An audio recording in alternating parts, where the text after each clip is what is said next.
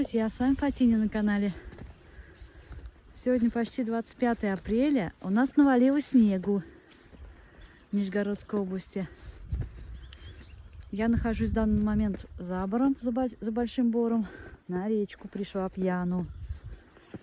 Тут еще остатки разлива есть от речки. Вот такие остались у нас.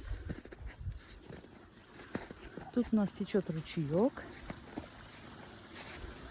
Пьяну. Тут уже кто-то нелёдку воткнул. Рыбу кто-то хочет поймать.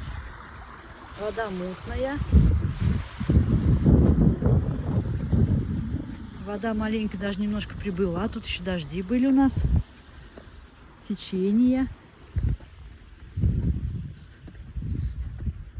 Так на улице плюс 3 градуса. Солнышко. Но ночью мороз был -5. Вот такая обстановка на реке.